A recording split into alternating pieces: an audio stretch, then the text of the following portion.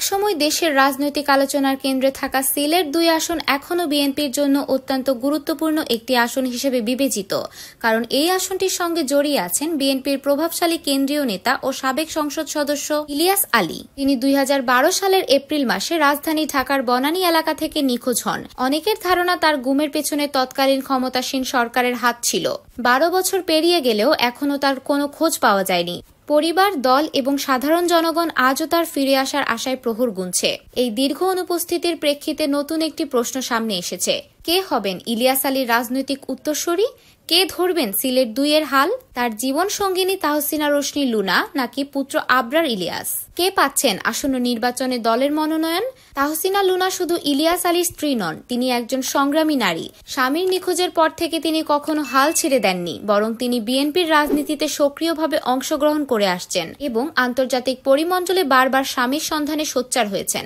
রাজনৈতিক অভিজ্ঞতা ও নেতৃত্বদানের ক্ষমতা এবং জনগণের সঙ্গে নিবিড় সম্পর্ক তাকে একটি শক্তিশালী প্রার্থী হিসেবে তুলে ধরতে পারে। অন্যদিকে ইলিয়াস আলীর একমাত্র ছেলে আবরার ইলিয়াস একজন শিক্ষিত, উদ্যমী ও সাহসী তরুণ।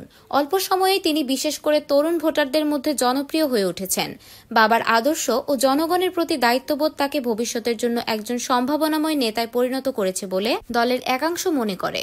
তবে সিলেট ২ আসন নিয়ে বিএনপির ভিতরে রয়েছে মতভেদ। একদল মনে করছে এখন অভিজ্ঞ নেতৃত্বের প্রয়োজন, তাই লুনাকেই মনোনয়ন দেওয়া উচিত। আরেক দল মনে করছে নতুন প্রজন্মের হাতে দায়িত্ব তুলে দেওয়ার এটাই উপযুক্ত সময়। আর আবরার সেই নেতৃত্বের যোগ্য উত্তরসূরি, যিনি ইলিয়াস আলীর অসমাপ্ত স্বপ্নকে বাস্তব রূপ দিতে পারেন। সিলেট ২ কেবল একটি আসন নয়, বিএনপির জন্য এটি একটি প্রতীকী অবস্থান।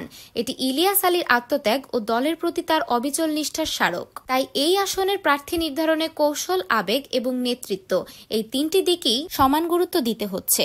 এই প্রশ্ন শুধু বিএনপির অভ্যন্তরীণ বিষয় নয়, বরং গোটা দেশের রাজনৈতিক বাস্তবতায় এর প্রভাব রয়েছে। সামনে এগিয়ে আসবেন লুনা না আবরার? কে এগিয়ে নিয়ে যাবেন ইলিয়াস আলীর অসমাপ্ত সংগ্রাম?